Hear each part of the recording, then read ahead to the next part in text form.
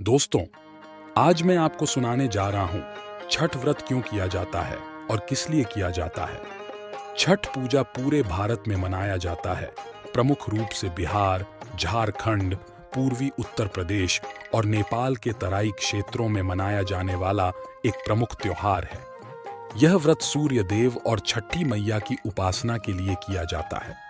छठ व्रत की परंपरा प्राचीन काल से चली आ रही है और इसके पीछे कई पौराणिक कथाएं और मान्यताएं जुड़ी हुई हैं। इस पर्व को बड़े हर्षोल्लास और श्रद्धा के साथ मनाया जाता है। छठ व्रत की कथा महाभारत काल से जुड़ी हुई है। कथा के अनुसार जब पांडव अपना सारा राज्य जुए में हार गए, तब उनकी पत्नी द्रौपदी ने छठ व्रत किया। इस व्रत के प्रभाव से पांडवों को अपना खोया हुआ राज्य वापस मिल गया। द्रौपदी ने सूर्य देव की उपासना की और उनके आशीर्वाद से पांडवों के जीवन में सुख समृद्धि आई। एक अन्य कथा राजा प्रियव्रत और उनकी पत्नी मालिनी से संबंधित है। इस कथा के अनुसार राजा प्रियव्रत और उनकी पत्नी संतानहीन थे, जिसके कारण वे दोनों बहुत दुखी रहते थे। राजा ने महर्षि कश्यप से संतान प्राप्ति का उपाय पूछा। महर्षि कश्यप ने यज्ञ करवाया, जिससे मालिनी गर्भवती हो गईं। लेकिन 9वें महीने में जब संतान का जन्म हुआ तो वह मृत था। राजा और रानी इस घटना से अत्यंत दुखी हो गए और संतान शोक में डूब गए। राजा प्रियव्रत और रानी मालिनी जब शोक में थे, तभी आकाश से एक दिव्य देवी प्रकट हुई। उन्होंने राजा रानी से कहा कि मैं षष्ठी देवी हूं। मैं उन सभी की रक्षा करती हूं जो सच्चे मन से मेरी पूजा करते हैं।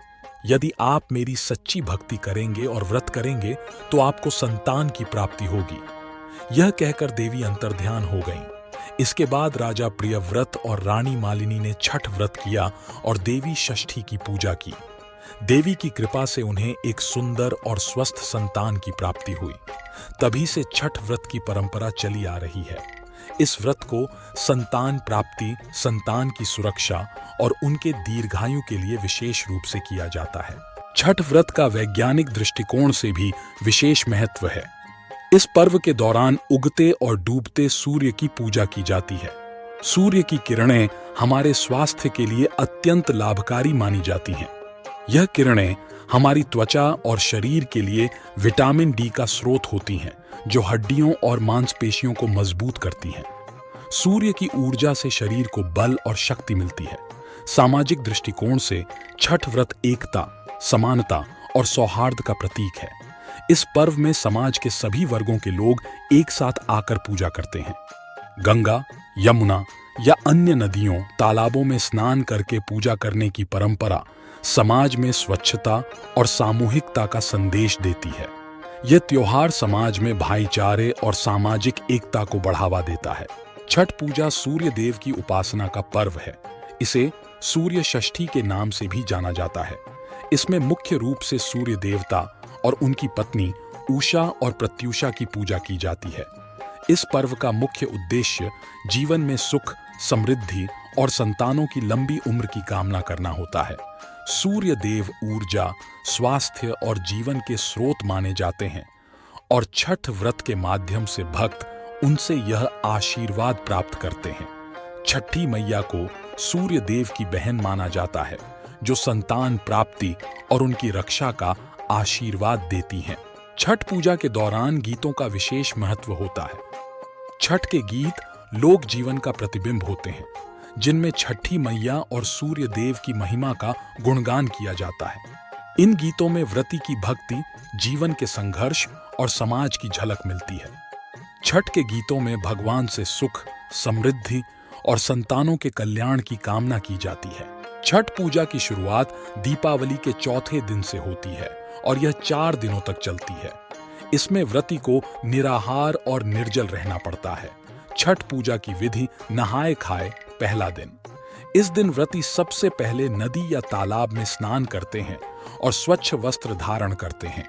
इसके बाद व्रती शुद्ध और सात्विक भोजन ग्रहण करते हैं। इस भोजन में खास तौर पर चने की दाल, कद्दू की सब्जी और चावल का सेवन किया जाता है। खरना दूसरा दिन। इस दिन व्रती पूरे दिन उपवास करते हैं और शाम को खीर, रोटी और फल का प्रसाद बनाकर छठी मैया को अर्पित करते हैं। इस प्रसाद को ग्रहण करने के बाद व्रती फिर से निर्जल उपवास करते हैं, जो अगले दिन सूर्यास्त तक चलता है। संध्या अर्घ्य, तीसरा दिन। इस दिन व्रती डूबते सूर्य को अर्घ्य देते हैं। व्रती अपने परिवार और समाज के लोगों के साथ नदी, तालाब या जलाशय के किनारे एकत्रित होते हैं। बांस की टोकरी में फलों, ठेकुआ और अन्य प्रसादों को सजाया जाता है। सूर्यास्त के समय जल में खड़े होकर सूर्य देव को अर्घ्य दिया जाता है। इस समय छठ गीत गाए जाते हैं और छठी मैया से सुख समृद्धि की कामना की जाती है। प्रात अर्घ्य, चौथा दिन। इस दिन उगते सूर्य को अर्घ्य दिया जाता है। व्रती सुबह सवेरे नदी या तालाब के किनारे पहुंचते हैं और उगते सूर्य को जल चढ़ाते हैं। इसके बाद व्रती अपना व्रत तोड़ते हैं और प्रसाद ग्रहण करते हैं।